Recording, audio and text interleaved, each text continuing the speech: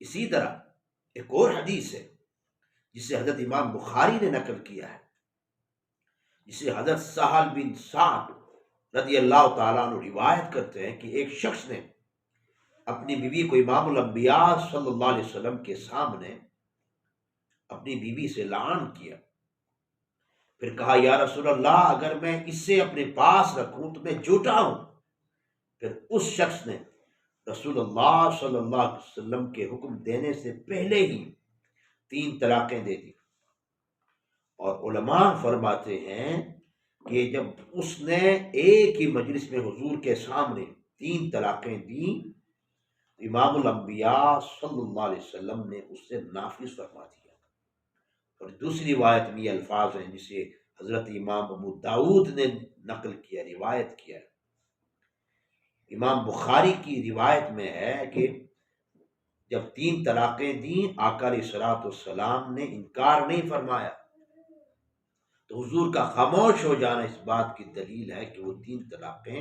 واقع ہو گئی تھیں۔ اور دوسری روایت میں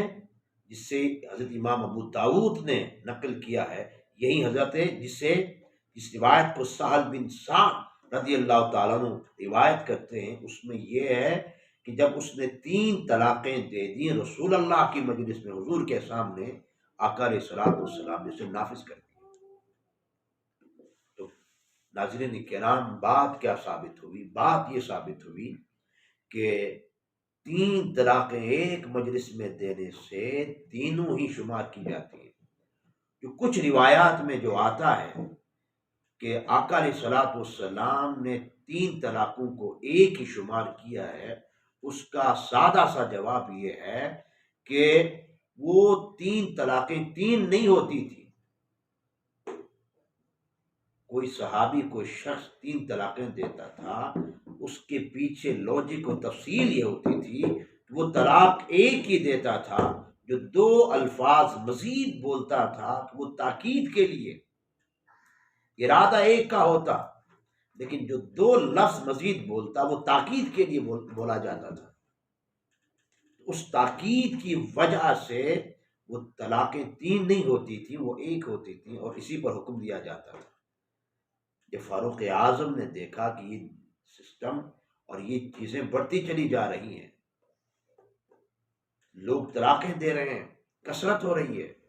تو پھر آپ نے یہ جو رو بہ رہی ہے، یہ جو سیلاب طلاقوں کا چل پڑا ہے، اس کے آگے بند باندھنے کے لیے آپ نے 3 طلاقوں کو 3 ہی شمار فرمایا۔